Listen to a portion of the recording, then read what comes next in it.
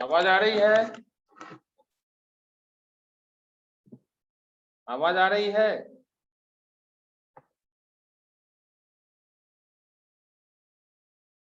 आवाज आ रही है मेरी? Good morning sir. Good morning बेटा। प्रिंस कैसे हो? Good morning sir. Good morning sir. मैं प्रिंस के गांव से ही क्लास ले रहा हूँ, ठीक है? Hello Prince. Okay. Yes hello. Sir. Yes sir. हाँ Yes, बेटा sir. चलो, कल हमने कराया था आप लोगों को कंजम्पशन फंक्शन, आज कराएंगे हम इन्वेस्टमेंट फंक्शन, ठीक है? दोनों पे नोट पूछा जाता है। ओके। Investment function. इन्वेस्टमेंट क्या है? What is investment? विनियोग क्या है? It is allocating money in the expectation of monetary benefit in the future. पैसा, हम कुछ पैसा एलोकेट करते हैं, मनी एलोकेट करते हैं, मतलब उसके लिए अलग से रखते हैं इस उम्मीद के साथ कि आगे हमको मॉनेटरी बेनिफिट मिलेगा, भविष्य में हमको मॉनेटरी बेनिफिट मिलेगा। इस तरह का एलोकेशन जो है वो क्या कहलाता है? इन्वेस्टमेंट कहलाता है, ठीक है बेटा? Then return. What is return? Return है आपका, it is the benefit from an investment. और जो हम ये इन्वेस्टमेंट किए, मनी एलोकेट किए इस उम्मीद में कि हमें भविष्य में कुछ फायदा मिलेगा, तो जो फायदे मिले उसको कहेंगे हम रिटर्न, ठीक है? देन आता है investments are done in physical assets. अब इन्वेस्टमेंट हम करते कहाँ कहाँ है? तो इन्वेस्टमेंट हम करते हैं फिजिकल एसेट्स में, फाइनेंशियल एसेट्स में, मतलब जैसे शेयर्स खरीदते हैं हम, डिवेंचर्स खरीदते हैं हम, एफडी करते हैं हम, दैट इज फाइनेंशियल एसेट्स। किसान विकास पत्र, ये सब फाइनेंशियल एसेट्स है। एंड बिजनेस एसेट्स, हम कोई बिजनेस सेटअप करते हैं, बिजनेस में इन्वेस्ट करते हैं। तो इस तरह से हम फाइनेंशियल एसेट्स में इन्वेस्टमेंट करते हैं, फिजिकल एसेट्स में इन्वेस्टमेंट करते हैं, एंड बिजनेस एसेट्स में करते हैं। अब इन्वेस्टमेंट कितने तरह का होता है? तो इन्वेस्टमेंट दो तरह का होता है बेटा। इंड्यूस्ड इन्वेस्टमेंट होता है, एक ऑटोनोमस इन्वेस्टमेंट होता है। ऑटोनोमस मतलब स्वतः, अपने आप हो रहा है। इंड्यूस मतलब हम प्रेरित हैं, हम इन्वेस्टमेंट करने के लिए प्रेरित हैं, ठीक है? उसके बाद आता है कि चलो अब अलग अलग हम लोग पढ़ते हैं कि what is induced investment. Induced investment क्या है? इन्फ्लुएंस्ड बाय रिटर्न और profits like change in asset prices. अब इंड्यूस्ड क्या होता है? हमने देखा कि भाई जमीन में इन्वेस्ट करने से फायदा होता है, जमीन की कीमत बहुत ज्यादा बढ़ती है, पैसे का अच्छा रिटर्न मिलता है। तो हम क्या हो गया? इन्फ्लुएंस है, प्रभावित है, किससे? उसके प्रॉफिट से, उसमें जो हाइक हुआ प्राइस, उससे हम प्रभावित हुए, और वो हुआ इंड्यूस्ड इन्वेस्टमेंट। अगर इस तरह से प्रभावित होकर अगर हम इन्वेस्टमेंट करते हैं तो वो इंड्यूस्ड इन्वेस्टमेंट कहलाएगा। तो induced investment is change in asset price, change in income, low cost borrowing. अगर किसी चीज हमको पैसा उधार लेना पड़ता है और उसमें अगर हमको कम से कम इंटरेस्ट देना पड़ रहा है तो भी हम इन्वेस्ट करने के लिए प्रेरित होंगे। एंड लो वेजेस, ठीक है? एंड ऑटोनोमस इन्वेस्टमेंट क्या है? ऑटोनोमस इन्वेस्टमेंट ये क्या है? It is not influenced by income और रिटर्न एक्सपेक्टेड। ये हमारी आय से इन्फ्लुएंस प्रभावित नहीं होता है, या क्या रिटर्न मिलेगा इससे प्रभावित नहीं होता है। Governments do this for public utility services, ठीक है? Irrespective of change, that is change mean increase or decrease in the income, irrespective of change the income, investment is done. Change income में कोई भी चेंज हो ना हो, investment होता रहेगा, ये कहलाएगा इंड्यूस्ड इन्वेस्टमेंट। जैसे हमने आपको कंजम्पशन में भी बताया था कि अगर हमारे पास इनकम नहीं भी है तो भी हमारे कुछ ना कुछ खर्चे होते रहते हैं, कुछ ना कुछ कंजम्पशन होते रहते हैं, तो उसको हम लोग ऑटोनोमस कंजम्पशन कहते हैं। उसी तरह अगर इनकम में कोई चेंज ना भी हो तो भी अगर इन्वेस्टमेंट हो रहा है तो उसको हम लोग कहेंगे ऑटोनोमस इन्वेस्टमेंट, स्वतः इन्वेस्टमेंट, ठीक है? अब हम आते हैं मेन टॉपिक पे, that is what our investment function. Investment function है क्या? अब कुछ रिलेशन को बताएगा। जब भी फंक्शन है तो कोई रिलेशन एस्टैब्लिश करेगा। तो इन्वेस्टमेंट एंड इट्स डिटर्मिनेंट्स, मतलब विनियोग और उसको प्रभावित करने वाले जो कारक है are important to know for a person, किसी आदमी के लिए जानना जरूरी है या किसी कंपनी को इंडिविजुअली जानना जरूरी है।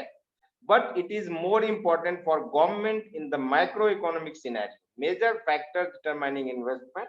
अब इन्वेस्टमेंट को कौन कौन सा फैक्टर प्रभावित करता है, कौन से ऐसे ऐसे फैक्टर्स हैं जिससे इन्वेस्टमेंट प्रभावित होता है।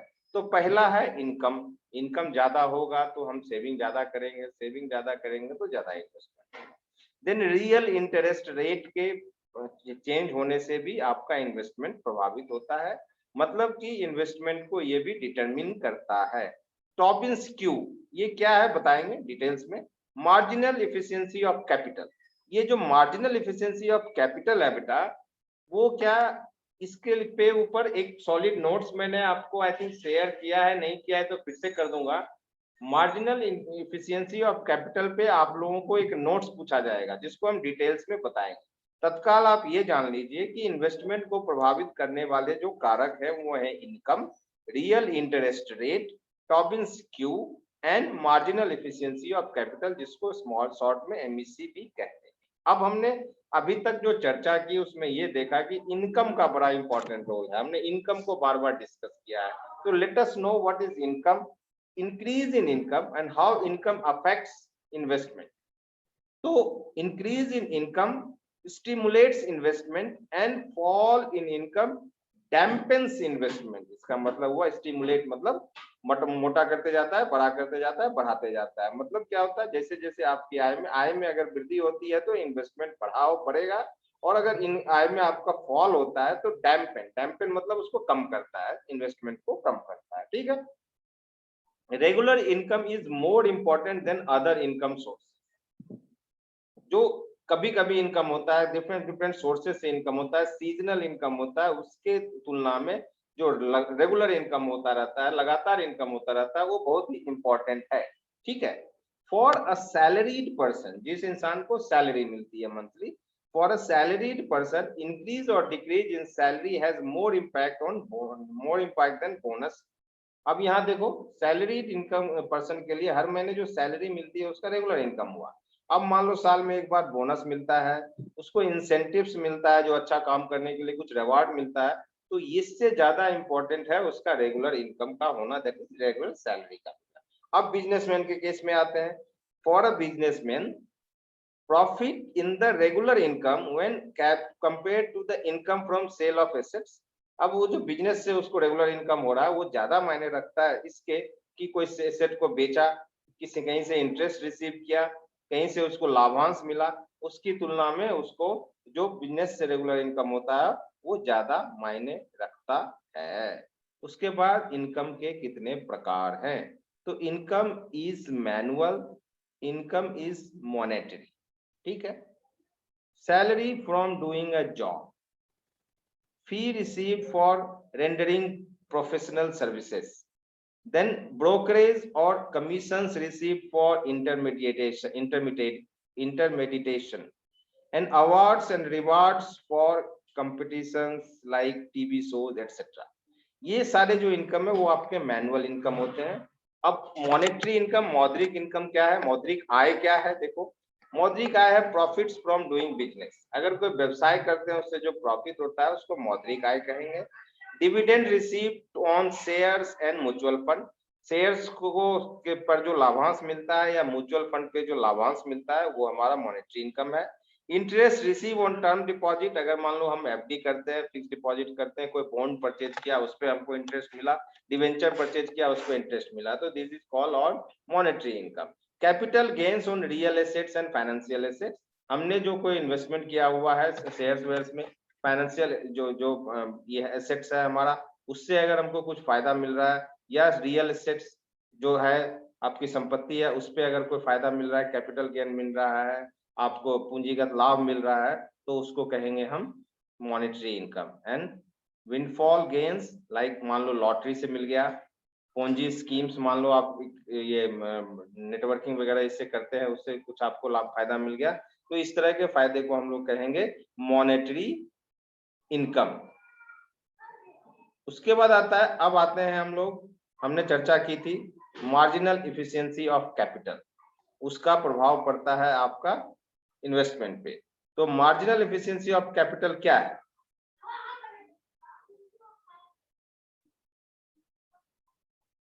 It is propounded by J.M. Keynes। Objective questions एकदम नोट कर लो। मार्जिनल एफिशिएंसी ऑफ कैपिटल का कंसेप्ट लेके कौन आए थे? मार्जिनल एफिशिएंसी ऑफ कैपिटल का कंसेप्ट लेके आए थे J.M. Keynes।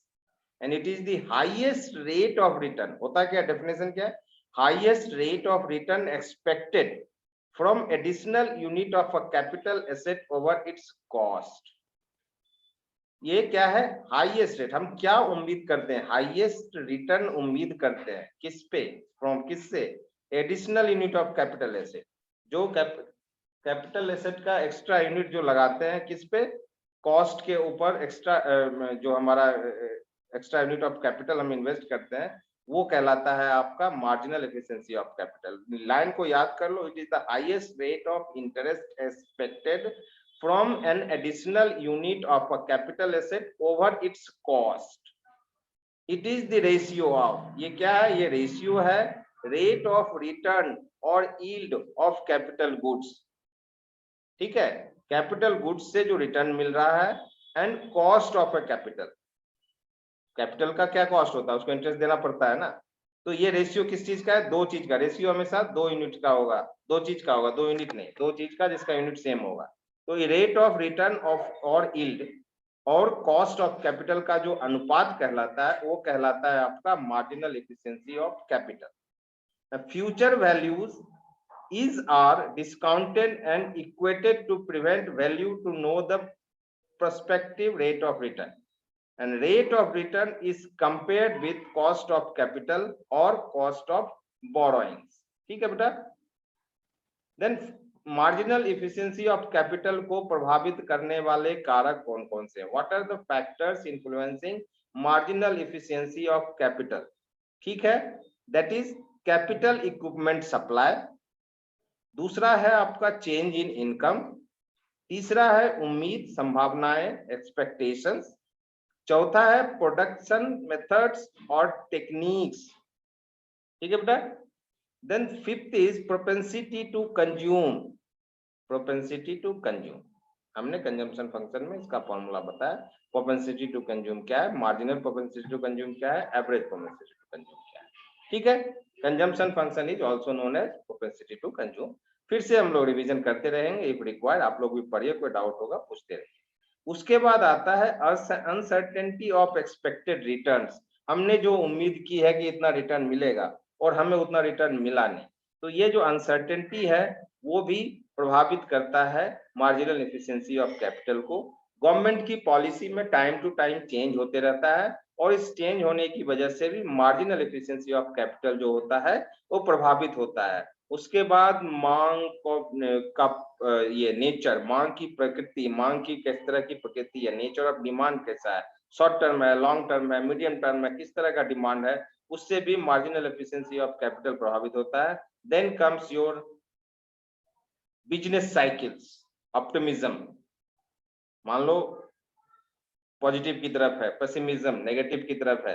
तो ये सारे फैक्टर्स जो है बेटा ये मार्जिनल एफिशिएंसी ऑफ कैपिटल। अब देखो आपको अगर पूछा जाता है right a short notes on marginal efficiency of capital, तो you can very well say that what is marginal efficiency of capital, it is affecting it is influencing investment। और marginal efficiency of capital को किसने पहले बारे में किसने पहले बताया? J.M. Keynes ने बताया। और ये क्या है? ये एक रेशियो है। रेशियो किस चीज का है और उसके बाद ये खुद कैसे प्रभावित होता है, कौन कौन से फैक्टर्स है जो इसको प्रभावित करते हैं, इसको अगर आप एक्सप्लेन कर देंगे 2-3 पेज में बढ़िया से तो आपका एक नोट्स बन जाएगा फर्स्ट क्लास। ठीक है बेटा।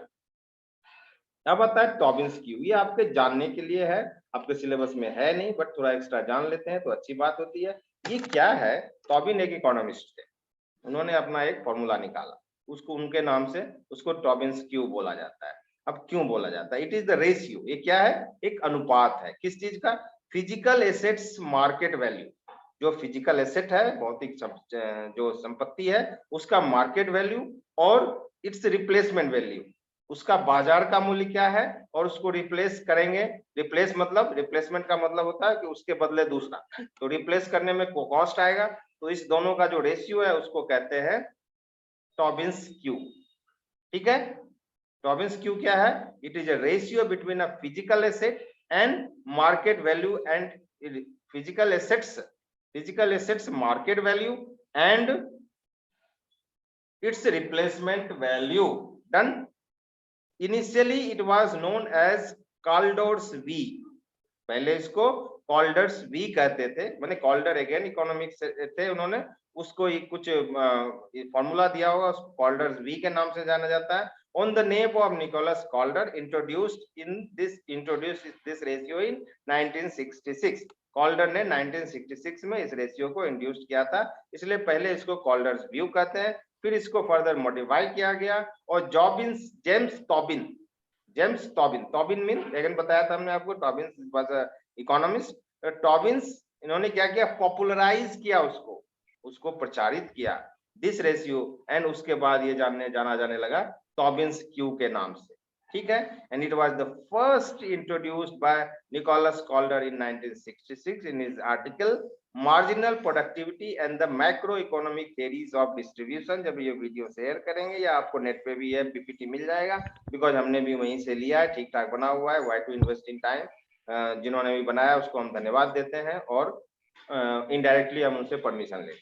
ठीक है, तो it was first introduced by Nicholas Kaldor. Objective questions NET वेट के लिए बहुत ही इंपॉर्टेंट है, इवन जो कॉम्पिटिटिव एग्जाम के लिए अपीयर हो रहे हैं उनके लिए बहुत इंपॉर्टेंट है। इसमें 3-4 न्यू ऑब्जेक्टिव क्वेश्चंस है। ठीक है, एक लाइन जो है, एक बुलेट ऑब्जेक्टिव क्वेश्चंस है।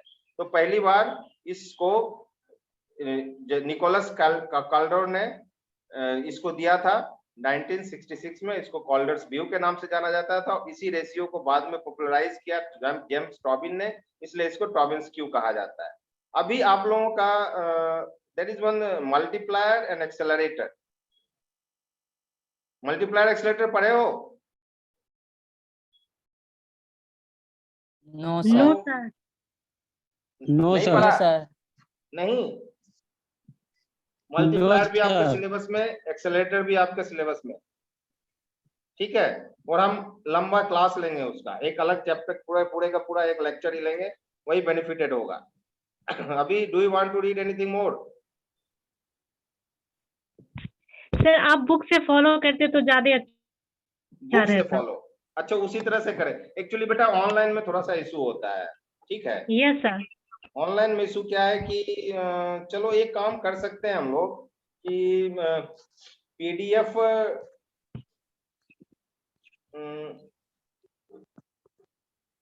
पीडीएफ को स्टडी कर करके हम आपको बता सकते हैं, ऐसा किया जा सकता है। तो अपनी किताब हम लोग एक काम करेंगे, कोई किताब डाउनलोड Yes, करके मैं sir. रखूंगा और उसी को ऐसे जैसे हम लोग पढ़ते थे और समझाते थे उस तरह से करते चले जाएंगे। ये ठीक रहेगा? Hello? Yes Yes, sir. Sir इस बुक का पीडीएफ अवेलेबल है। हाँ हाँ बेटा, सर बोले इस बुक का पीडीएफ अवेलेबल है, हम आपको सेंड कर देंगे। Okay okay okay okay. वो मैन क्यू की बुक। हाँ हाँ हाँ, बुक से ही करते हैं, वो जैसे हम लोग क्लास में करते थे उसी तरह का करने की कोशिश करते हैं। Yes sir. हाँ, क्लास में जिस टाइप पढ़ते थे सर उसी टाइप ठीक है। हाँ, हमको आपको लगता है कि उसमें आप लोग ज्यादा कंफर्टेबल थे। Yes sir. Yes sir. चलो वही काम सर, करते हैं, उसमें क्या मुझे है? एक अभी तो प्रॉब्लम ऑलमोस्ट है। ऑलमोस्ट डेली आपका क्लास है ही। नेक्स्ट क्लास आई थिंक कल जो है आप लोगों का class, let me check. Sir Khan sir नहीं लेंगे class? Prem sir? I think वो लिंक सेंड करेंगे एंड ये सब चीज डिस्कशन करेंगे हम लोग personally, no note on record. ठीक है, आंसर एक्चुअली और भी काम है ना सर को, वहाँ बिजी रहते हैं बेचारे, थोड़ी परेशानी है। अभी नेक्स्ट क्लास कल वेंसडे है ना बेटा? Yes sir. Yes sir. कल वेंसडे है, आई थिंक कल डिग्री का क्लास प्रेम सर का है 1 बजे बस, और तो डिग्री का क्लास है ही नहीं बेटा। Wednesday there is no degree class, लेकिन मैं कर दूंगा, तो घबरा मत। ठीक है, सर मैं कितने इसी टाइम बजे? में पढ़ा दूंगा, कोई दिक्कत? No sir. No sir. Syllabus Thank you, routine sir. के हिसाब से तो उसके बाद आपको आप लोगों का क्लास सीधा बीए पार्ट 1 थर्सडे को है। और थर्सडे को भी 11 बजे है आपका, 11:50 नहीं बल्कि 11 बजे। लेकिन कल हम क्लास कर सर देंगे। BA part 2, sir BA part 2। अच्छा, सॉरी सॉरी सॉरी, मुझे यार पार्ट 1 से आप लोग पढ़ रहे हो ना, तो मुझे याद ही नहीं रहता है कि आप पार्ट 2 में चले गए। चलो गुड, आप लोग अच्छा पास भी किए हो, मुझे बहुत खुशी होती है, मैं बहुत चर्चा करता हूँ आप लोगों की। अच्छा, बीए पार्ट 2 का क्लास है, थर्सडे को है। और वेंसडे को एक केवल एमए सेमेस्टर 1 का मॉर्निंग में क्लास है हमारा। उसके बाद बीए पार्ट 2 का क्लास तो नहीं है, लेकिन डोंट वरी, हम क्लास कर देंगे, ठीक है। सर इसी टाइम में? आप बताओ, कल 9:50 से 10:40 में उनका क्लास है, बीए एमए सेमेस्टर 1। उसके बाद हमारा कोई क्लास नहीं है कल। तो आप बोलो तो उसके बाद का जो टाइम दे दो, 11 बजे कर दें। Yes sir. चलो, ये थोड़ा लेट हो जाता है, लेकिन ये है ना, एक्चुअली यूनिवर्सिटी ने रूटीन मांगा हुआ है, तो हम मजबूर है आपको रूटीन के हिसाब से, अदरवाइज तो हम 9 बजे से पढ़ा देते थे। लेकिन अब रूटीन दिया हुआ है तो कुछ मजबूरियां भी होती है। अभी कल से हम लोग किताब वाला सिस्टम फॉलो करेंगे, ठीक है। डन। ठीक है sir. Yes sir. Yes sir. हाँ, किताब वाला सिस्टम फॉलो करेंगे, जो हमारे बच्चे जिसमें कंफर्टेबल फील करे, और हमारे पास भी संभव है हम उसको शेयर भी कर सकते हैं। इसीलिए मैं जूम प्रेफर करता हूँ, जूम में मुझे शेयरिंग वेयरिंग थोड़ा इजी रहता है। और सर मुझे प्रॉब्लम है। हाँ बोलो बेटा प्रिंस। हाँ प्रिंस सर बोलो। मैथमेटिकल क्वेश्चन सर बनते नहीं है। क्या बोले? सर मैथमेटिकल क्वेश्चन में थोड़ा फंस जाता हूँ। मैथमेटिकल क्वेश्चन किसके? सुनो ना, एक मिनट, जस्ट वेट। हमने देख एक दो क्वेश्चन उसका डाउनलोड करके रखा था हमने, इसका क्या बोलते हैं उसको, मार्जिनल, ये आपका कंजम्पशन फंक्शन का। देखते हैं, देखो।